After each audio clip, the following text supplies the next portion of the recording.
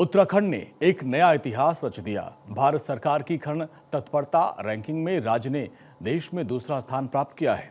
राज्य सरकार को इसके लिए 100 करोड़ रुपए की प्रोत्साहन राशि मिलेगी और ये उपलब्धि मुख्यमंत्री पुष्कर सिंह धामी की पारदर्शी नीतियों और सशक्त प्रबंधन की मिसाल है।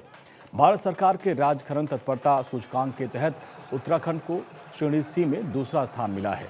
सीमित खनिज संसाधनों वाले राज्यों में ये स्थान उत्तराखंड की खनन नीति की पारदर्शिता और जवाबदेही का प्रमाण है। मुख्यमंत्री पुष्कर सिंह धामी के नेतृत्व में राज्य सरकार ने ई निविदा प्रणाली, रियल टाइम ट्रैकिंग और डीएमएफ फंड के पारदर्शी उपयोग और खनिजों के अवैध परिवहन पर सख्ती जैसे कई सुधार लागू किए और इन सुधारों का असर सीधे तौर पर राज्य के राजस्व में दिखाई दिया, जो बीते वर्षों की तुलना में कई गुना बढ़ा है। हालांकि ये सफर आसान नहीं था। कई बार राज्य सरकार पर खनन नीति को लेकर सवाल उठे, खनन माफियाओं से साठगांठ के भी आरोप भी लगे। विपक्ष ने सरकार की नीतियों को निशाने पर रखा।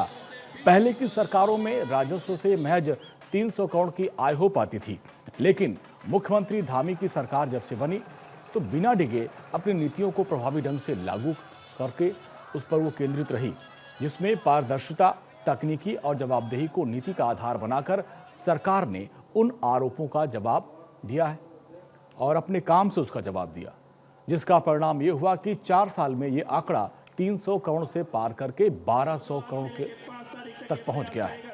धामी सरकार ने अपनी नीतियों से साफ कर दिया है कि यदि नीयत साफ हो तो कोई भी कार्य मुश्किल नहीं है। मुख्यमंत्री धामी ने बार बार स्पष्ट किया है कि सरकार का लक्ष्य केवल राजस्व बढ़ाना नहीं है, बल्कि खनन व्यवस्था को कानूनी, पारदर्शी और पर्यावरण के अनुकूल बनाना है।